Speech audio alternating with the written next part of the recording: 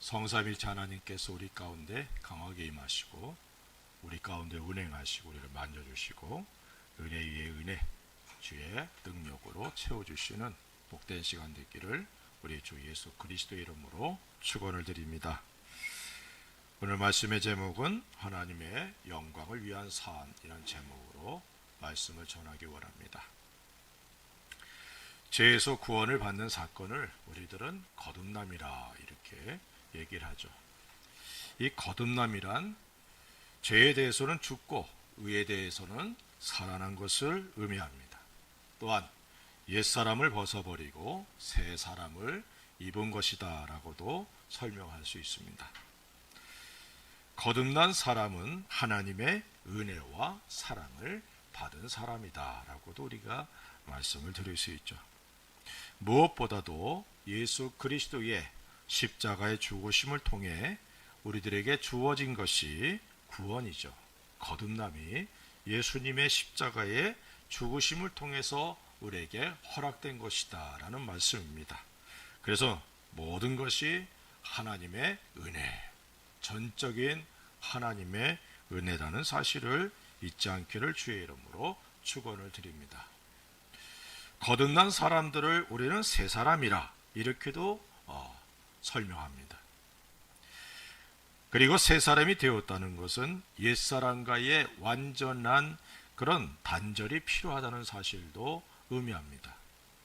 그래서 성경은 구원을 받은 우리들이 예수님과 함께 십자가에 죽은 자라고 말씀하고 있습니다. 죄로 인해 십자가에서 죽고 예수님과 함께 죽음에서 일어난 자로서 하늘에 앉아있는 사람, 이것이 바로 우리의 과거, 현재, 그리고 미래의 모습이죠. 하나님과 영원히 영광 가운데 거하게 되는 것이 미래요. 지금 우리가 그리스도와 함께 일어났고 또한 하늘에 앉은 자라는 사실을 잊지 않기를 주의 이름으로 부탁을 드립니다.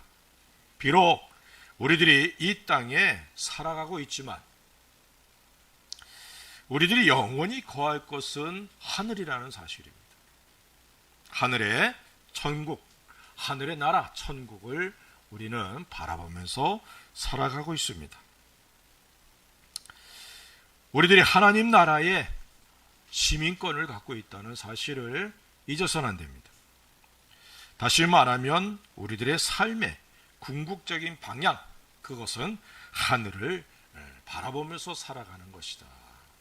그래서 우리들이 이 땅에서 하늘의 본향을 향하여 순례의 길을 가고 있는 순례자, 나그네라는 사실을 잊지 않기를 바랍니다.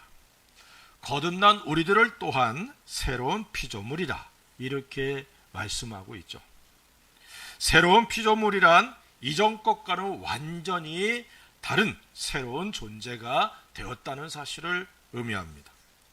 이전에는 하나님 앞에 죄인으로서 심판을 받아야 될 존재였지만 이제는 하나님 앞에 의로운 자가 되었고 또 하나님의 사랑을 받는 존재, 하나님의 뜻을 이룰 수 있는 존재가 되었다는 사실을 성경은 말씀하고 있습니다. 마치 하나님께서 다윗을 보시면서 내 마음에 합한 자요, 내 뜻을 다 이룰 만한 자다라고 말씀하신 것처럼 이 시대에 우리가 하나님의 마음에 합한 자, 하나님의 뜻을 이룰 수 있는 자가 되어 있다는 사실을 잊어서는 안 된다는 사실입니다. 물론 하나님의 뜻을 이루기 위해서는 하나님께서 원하시는 옛사람을 벗어버리고 그리고 욕심을 십자가에 못 박아야 된다는 사실을 잊어서는 안 됩니다. 또한 하나님께서 합당하게 여기시는 삶을 살아가야 된다는 사실을 성경은 분명히 말씀하고 있어요.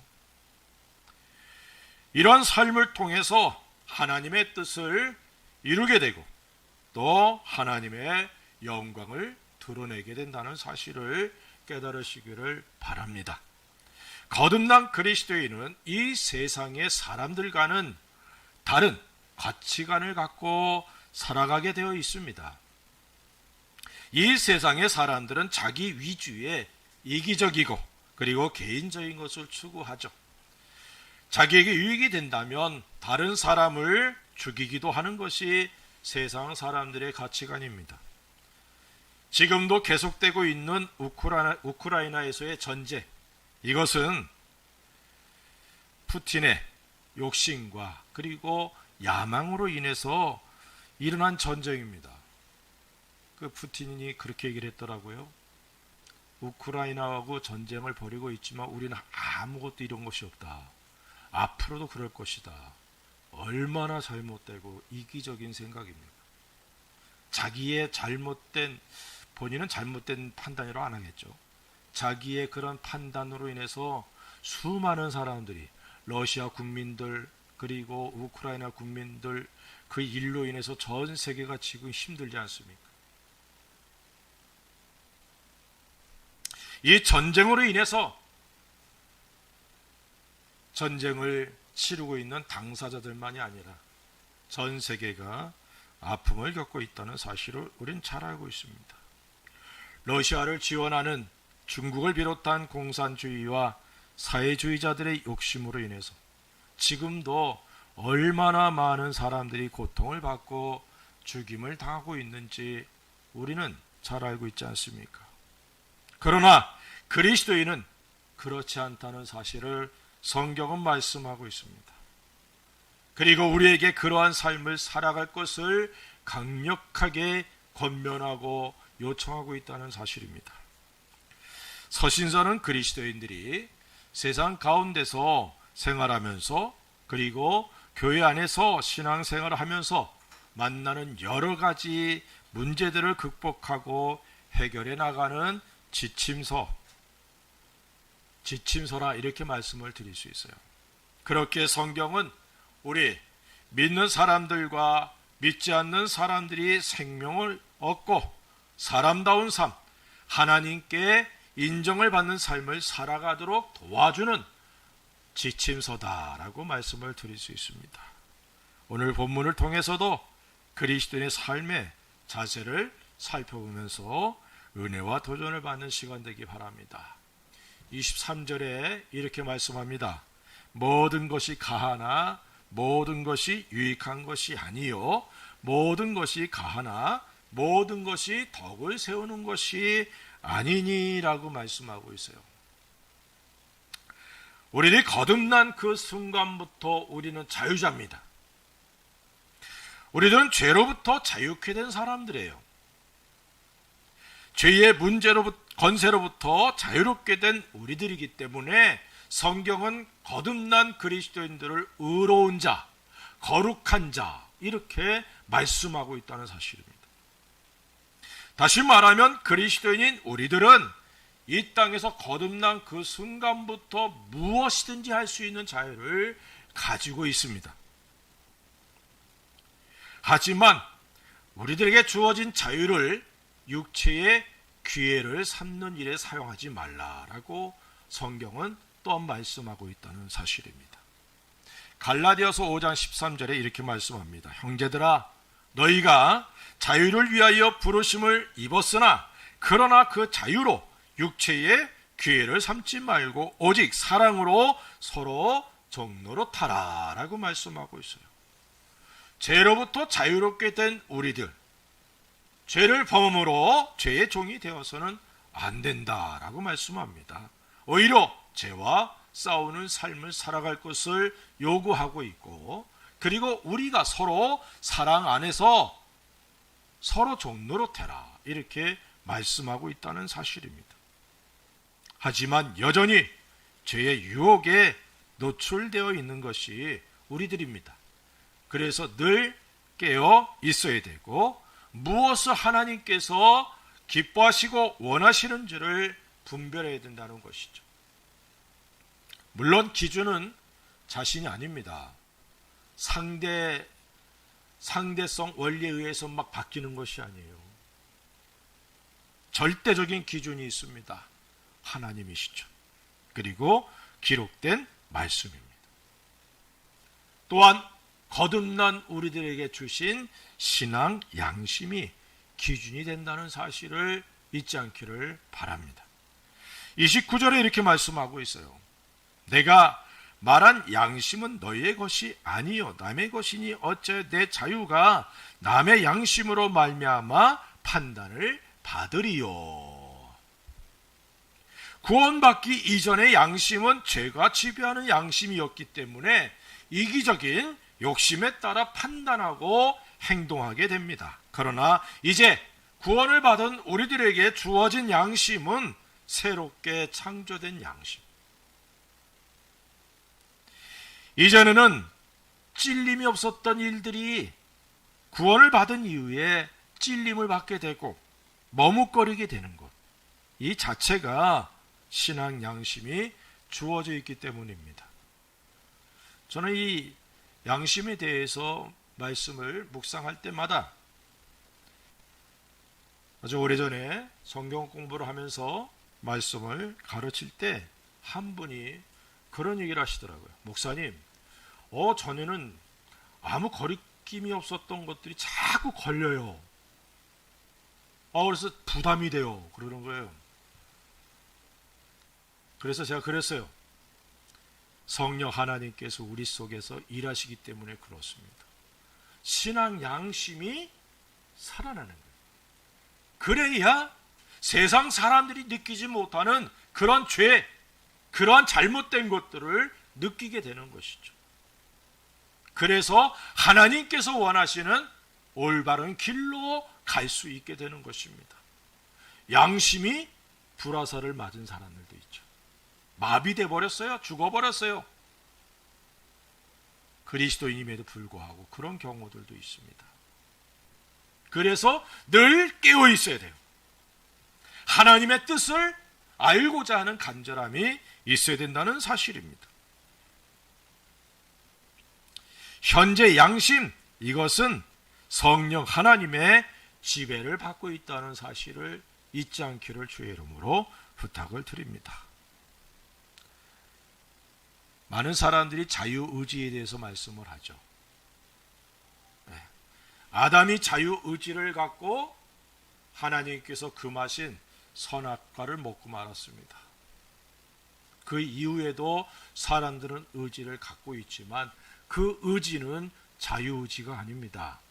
죄의 지배를 받고 타락한 의지. 그래서 사람들이 항상 생각하는 것이 악할 뿐임을 보시고라고 말씀하고 있어요. 계획하는 것, 생각하는 것이 악한 것밖에 없었어요. 그래서 홍수로 심판하지 않습니까? 자유의지, 그것은 거듭난 그리스도인들에게 새롭게 주어졌습니다. 믿습니까? 그래서 우리가 무엇이든지 할 수 있어요. 그러나 오늘 본문에서 이렇게 말씀하고 있는 겁니다. 우리들은 덕을 세우는 일을 행하라 라고 말씀하고 있는 거예요. 세상 사람들도 자신과 사회 기준에 의해서 보다 선한 것을 추구하고 다른 사람들보다 선한 행실을 갖는 경우도 있습니다. 그러나 그리스도인들은 하나님의 말씀을 따라 자신의 삶을 절제하며 선한 행실과 그리고 주님께 영광 돌리는 삶을 살아야 한다는 사실을 마음에 새기시기를 바랍니다. 그래서 덕을 세우는 삶을 살아가야 된다라고 오늘 말씀하고 있다는 것입니다. 자기 개인의 덕을 세우는 것이 아니라 공동체의 덕을 세우는 것을 말하죠. 우리가 행하는 모든 일들을 통해서 덕을 세우는 일에 최선을 다해야 될 줄로 믿습니다.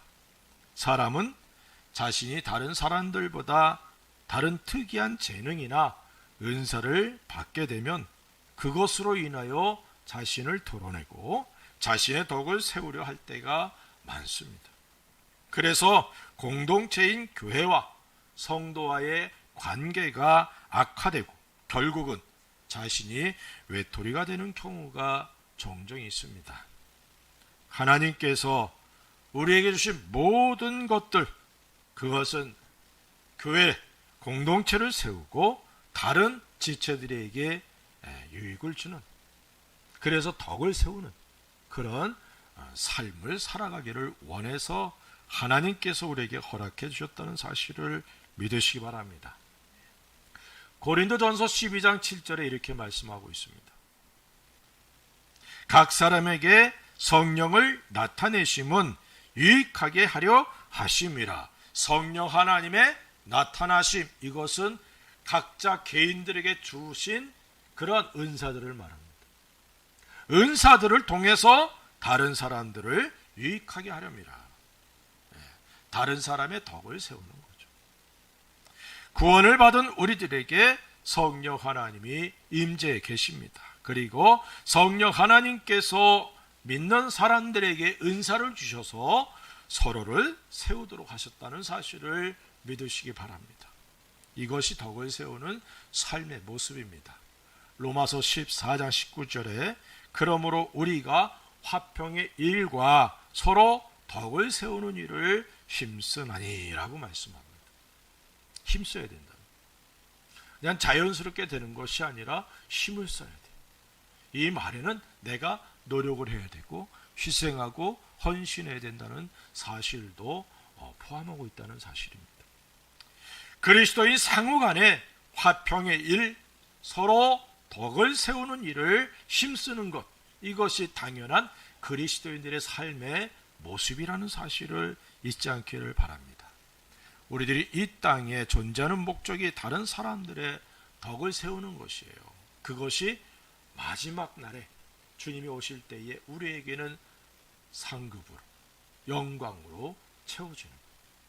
나를 위해서가 아니라 다른 사람의 덕을 세우는 일을 하나님께서 기뻐하신다는 사실입니다. 우리들의 삶이 덕을 세우는 삶이 되어서 우리 주님께 기쁨과 영광을 돌릴 수 있기를 주의 이름으로 축원을 드립니다. 두 번째로는 24절에 이렇게 말씀합니다.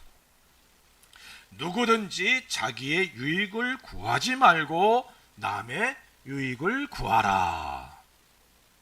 남의 유익을 구하는 삶, 덕을 세우는 삶과 연결이 되겠지만 특별히 남의 유익을 구하는 삶을 살아라 라고 말씀하고 있습니다. 그리스도인의 삶을 정의한다면 그것은 다른 사람들을 사랑하는 삶입니다. 이 세상 사람들과는 정반대의 삶의 모습입니다. 사람들은 이러한 우리들의 모습을 보면서 바보다라고 조롱할지도 몰라요. 참 바보같이 사네. 사람들은 이러한 우리들의 모습이 보기에 참 어리석어 보이고 자신들의 기준으로 볼 땐 바보같이 보이는 거예요. 하지만 예수님의 십자가를 우리가 생각한다면, 예수님이 십자가를 짊어지신 것, 이것은 세상 사람들의 관점에서는 정말 바보 같은 짓인 거예요. 그렇게 권능을 행하는 사람이 병든 자를 치료하고 귀신을 쫓아내고 바다 위를 걷고 죽은 자를 살리신 그 사람이 십자가에서 아주 맥없이 죽는 거예요. 그것도 자기 죄가 아니라 다른 사람들의 죄를 짊어지고 죽는다. 이거는 바보 같은 모습입니다. 12군단이 더 되는 천사들을 동원할 수 있음에도 불구하고 예수님은 묵묵히 십자가를 짊어지시고 골고다 올라가신 이 모습, 이것이 우리들에게 유익을 주기 위함이라는 사실을 우린 너무나 잘 알고 있지 않습니까? 다른 이들을 위해 자신을 희생하는 삶, 이것이 올바른 그리스도인의 모습입니다. 이러한 모습을 우리 주님께서 원하신다는 사실을 잊어서는 안 되죠. 그렇기에 그만큼 우리의 삶이 값지고 보배로운 삶이라는 사실도 잊지 않기를 바랍니다. 세상 사람들이 어찌 보든 내 것을 희생하고 양보하는 삶, 다른 사람의 유익을 구하는 일에 자신을 희생하는 삶이 우리 하나님께서, 우리 주님께서 기뻐하는 삶이요, 우리 주님을 닮아가는 삶이라는 사실을 깨닫게 되기를 바랍니다. 오늘 말씀에도 다른 사람들의 유익을 위한 삶을 살아갈 것을 강력하게 요구하고 있습니다. 교회 안에서도 이러한 삶의 모습이 필요하죠. 성도 서로 간에 서로의 유익을 위해 살아간다면 서로 간에 기쁨과 감사와 사랑이 넘치게 될 것입니다. 오늘 우리들이 읽은 고린도서는 교회 안에 이러한 모습을 찾아보기 힘든 그런 환경의 교회였습니다. 자신의 유익을 위해서 서로에게 상처를 주고 자기의 권리만을 주장하는 모습이 고린도 교회에 있었다는 것이죠. 고린도전서 6장 7절에 너희가 피차 고발함으로 너희 가운데 이미 뚜렷한 허물이 있나니 차라리 불의를 당하는 것이 낫지 아니하며 차라리 속는 것이 낫지 아니하냐. 자기의 유익을 위해서 서로 고발하는 사건이 교회 안에 있었다는 것이죠. 그것도 믿지 않는 사람들에게 고발함으로 교회의 덕을 세우는 일에 실패하고 말았다는 사실입니다. 세속적인 욕심으로 인해 교회의 부흥을 막았고 전도의 문을 막아버렸어요. 이런 고린도 교회 성도들에게 차라리 불의를 당하는 것이, 차라리 속는 것이 낫지 않겠느냐, 이렇게 말씀하고 있는 겁니다.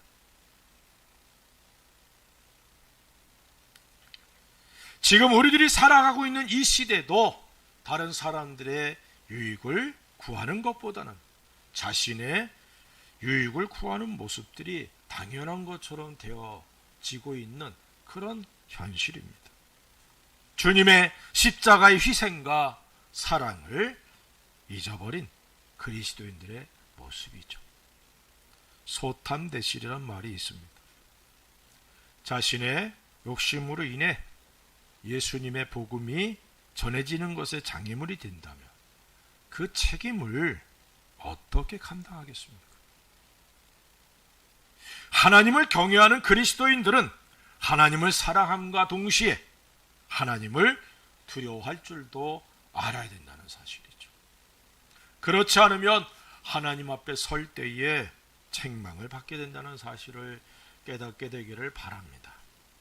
자기의 유익을 구하는 사람은 이기적이고 그리고 욕심을 가진 사람이요 하나님의 뜻을 알지 못하는 사람들입니다.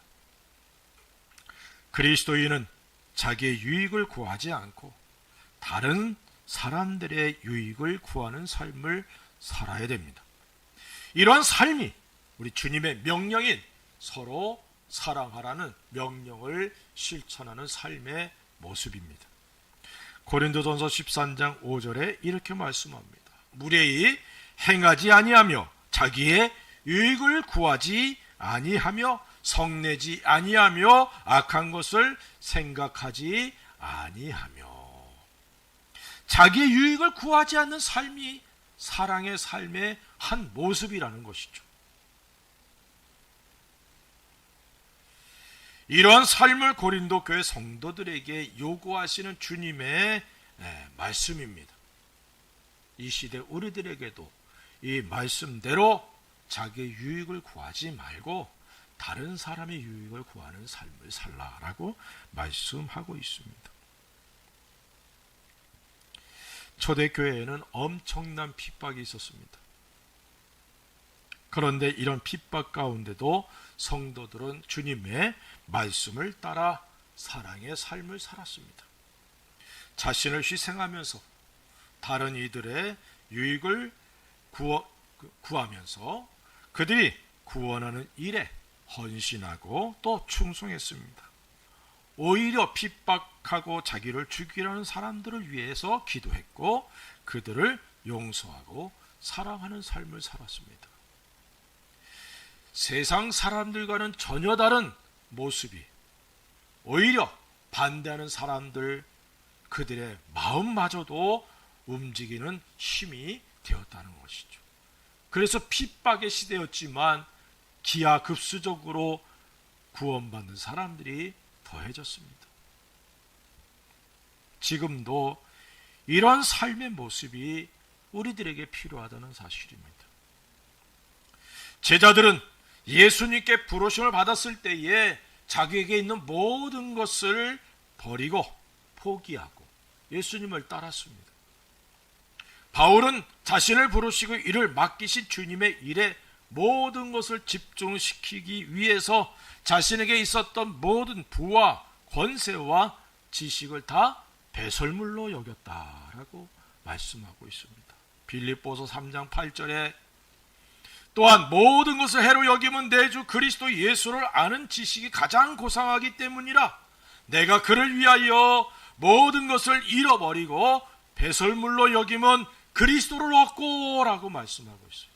예수님을 알아가고 예수님을 더 깊이 경험하는 일이 무엇보다 중요했기 때문에 그 이전에 자기가 갖고 있던 모든 것을 배설물로 여겼다 이렇게 고백하고 있습니다.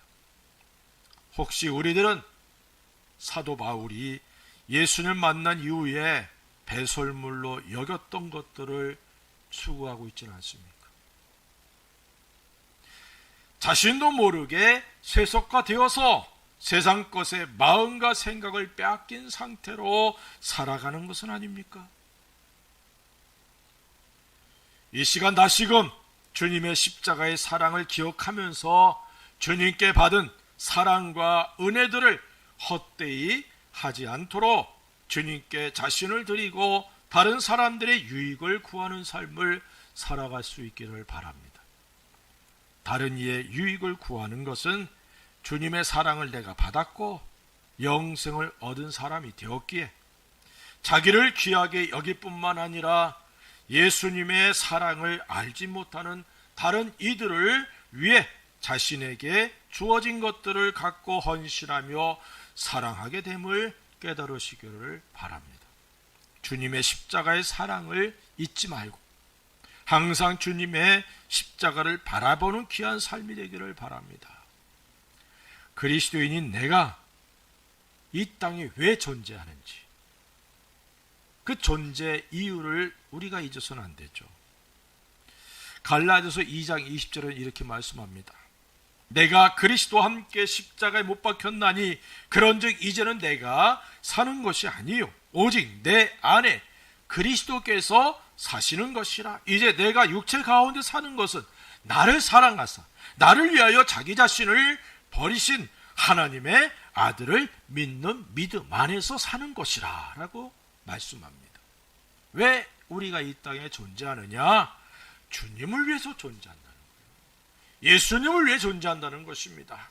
내가 살아가는 모든 것이 나를 위해서 자기 몸을 버리신 예수 그리스도를 위한 삶이라 이렇게 고백하는 바울의 고백이 바로 나의 고백, 우리의 고백이 되어야 된다는 사실을 잊지 않기를 주의 이름으로 부탁을 드립니다. 에베소서 4장 12절은 이렇게 말씀합니다. 이는 성도를 온전하게 하여 봉사의 일을 하게 하며 그리스도의 몸을 세우려 하심이라. 빌립보서 2장 17절은 이렇게 말씀합니다. 만일 너희 믿음의 재물과 섬김 이에 내가 나를 전제로 드릴지라도 나는 기뻐하고 너희 무리와 함께 기뻐하리니 라고 말씀하고 있어요. 거듭난 사람들은 교회 공동체를 위해 존재합니다. 믿습니까? 몸인 교회를 구성하는 각 지체들이 우리입니다. 우리들의 삶을 통해 주님의 교회가 세워져야 된다는 것이죠. 이 일을 위해 바울과 같이 자신을 희생하는 삶을 살아가는 것이 당연하고 또한 행복한 일이라는 사실을 믿으시기 바랍니다. 내가 속해 있는 교회, 그 교회가 세워지기 위해서 나의 모든 것을 쏟아붓는 것, 그것이 내가 존재하는 이유예요. 믿습니까? 이 일본에 교회가 세워지는 게 얼마나 힘드는지 잘 알죠. 일본 교회는 점점 약해집니다.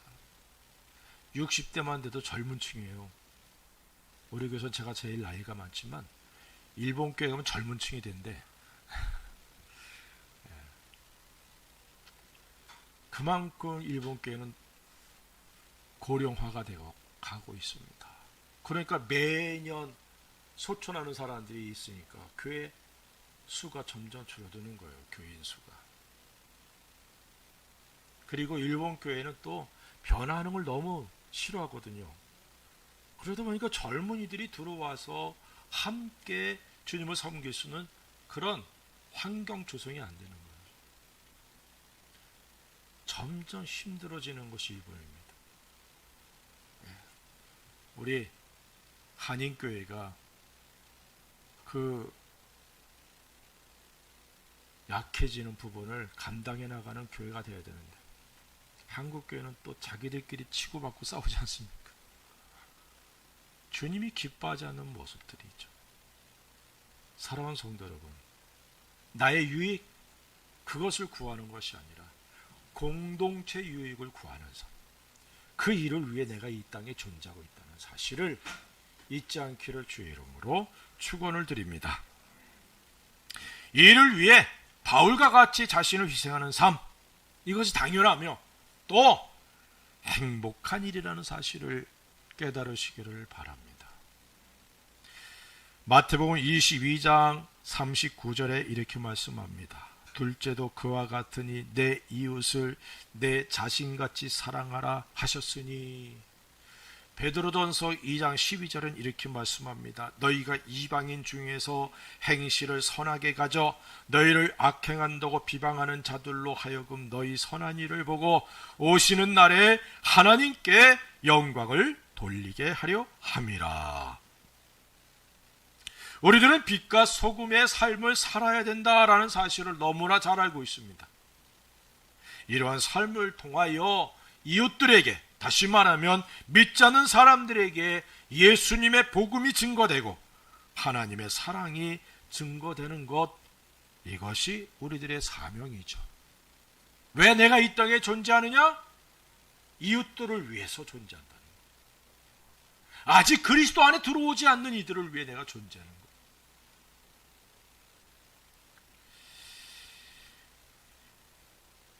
우리들이 주님을 위해서, 교회 공동체를 위해서, 이웃들을 위해 존재한다는 사실을 잊지 말고 다른 이들의 유익을 구하는 그런 삶을 살아갈 수 있기를 주의 이름으로 축원을 드립니다.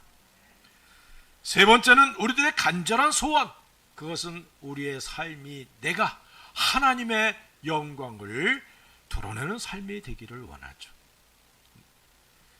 이러한 삶이 성경에서 요구하는 삶이고 또한 우리들이 간절히 원하는 삶의 모습이기도 합니다. 하나님께 영광을 돌리는 삶을 살기 위해서 말씀을 통해 무엇이 하나님께 영광을 돌리는 삶인지 우리가 살펴보고 알아가야 됩니다. 오늘 말씀에서는 다음과 같이 말씀하고 있어요. 첫째로 무엇을 하든지 하나님의 영광을 위한 삶이 되어야 된다. 31절에 그런즉 너희가 먹든지 마시든지 무엇을 하든지 다 하나님의 영광을 위하여 하라. 먹든지 마시든지 라는 이 표현 자체가 우리들의 삶 전체를 의미하고 있습니다. 우리의 삶이 하나님께 영광을 돌리는 삶이 되어야 된다는 것이에요. 이 사실을 잊지 않기를 주의 이름으로 축원을 드립니다.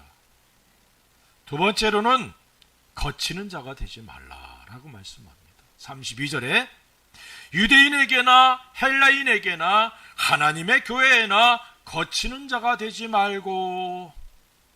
유대인, 헬라인, 하나님의 교회. 유대인이란 율법주의자들이죠. 그리고 헬라인은 이방인. 그리고 교회 안에서, 교회나 이 말은 하나님의 교회나 이 말은 그리스도인 성도 서로 간에 이 말이죠. 이런 사람들에게 거치는 자가 되지 말라. 거친다 이 말은 장애물이 되고 방해가 되는 것을 의미해요. 나의 삶이 하나님의 영광을 돌리는 것을 방해하거나 장애물이 되지 않도록 항상 신경 써야 된다 이 말이에요. 세 번째는 33절에 이렇게 말씀합니다. 나와 같이 모든 일에 모든 사람을 기쁘게 하여 이렇게 말하고 있어요.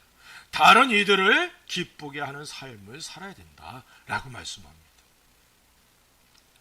하나님의 영광을 위하여 자신의 기쁨이 아니라 다른 이들의 기쁨을 위하는 삶. 다시 말하면 그리스도의 향기를 바라는 삶이다. 이렇게 말씀을 드릴 수 있겠습니다. 네 번째로는 33절에 이렇게 말합니다. 자신의 유익을 구하지 아니하고 많은 사람의 유익을 구하여 그들로 구원을 받게 하라. 사람들로 구원을 받게 하는 삶. 이것이 하나님께서 영광을 받으시는 삶이다 라고 말씀합니다. 우리들의 삶의 궁극적인 목적, 나로 인해서 사람들이 구원을 얻도록 하는 것입니다. 이것이 하나님의 영광을 위한 삶의 모습이죠. 자신들과는 전혀 다른 삶의 모습을 보면서 믿지 않는 사람들이 감동을 받고 예수를 믿게 하는 것이 우리들의 사명이라는 사실을 잊지 않기 바랍니다. 예루살렘 교회가 사람들의 삶이, 그리스도인들, 예루살렘 교회 성도들의 삶의 모습이 바깥에 믿지 않는 사람들에게 아주 매력이 있었어요. 그래서 칭찬을 받고 날마다 믿는 사람들의 수가 더해졌습니다. 똑같은 유대인이에요. 얼마 전까지만 해도 같은 유대인으로서 그리스도인들을 핍박하고 예수님을 핍박했던 사람들이 예수님으로 말미암아 구원을 받고 그리고 사도들을 통해 말씀을 배우고 그들의 삶이 서로 나누는 삶이 되었어요. 그 모습을 보며 사람들이 교회로 들어오는 겁니다. 한국 초대교회는 말이죠. 교회가 세워지면 뭐 번듯한 교회가 세워집니까? 천막을 치고 시작하지 않았어요? 그런데도 마을 사람들이, 부모님들이 얘들아 교회 가라, 교회 가라. 엄마 아빠는 지금 안 가지면 너희는 가라. 그래서 여름 성경학교만 아이들이 그냥 구름대 같이 몰렸잖아요. 요즘은요 아이들 안 보냅니다. 왜요? 교회가 교회로서 매력을 잃어버린 거예요. 세상 사람들이 눈에 볼 때 교회는 욕심 덩어리예요. 그 안에 속해 있는 사람들이 욕심으로 가득해 있어. 나눌 줄을 몰라. 자기 희생할 줄을 몰라.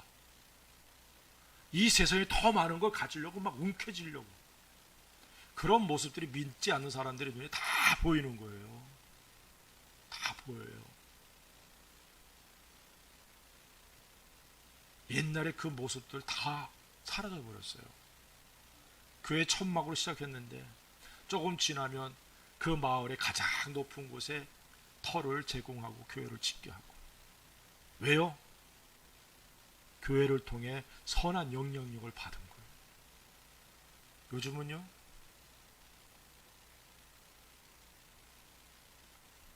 한국에서 무슨 대형 사건 터지면 연루된 사람들 리더급 보면 다 교회 집사고 장로고 권사고. 그러니까 덕이 안 되죠. 왜 그렇게 변질됐을까요? 한국 교회가 심각하다고 그러더라고요.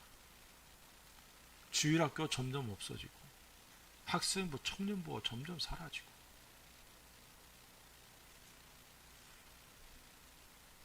우리 한국 교회를 위해서 기도해야 되고 일본 교회를 위해서 기도해야 됩니다.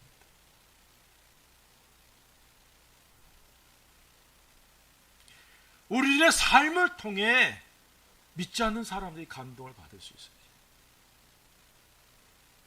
그런 삶을 통해서 예수를 믿게 하는 것, 이것이 우리들의 사명입니다. 우리가 이 땅에 존재하는 이유예요. 믿습니까?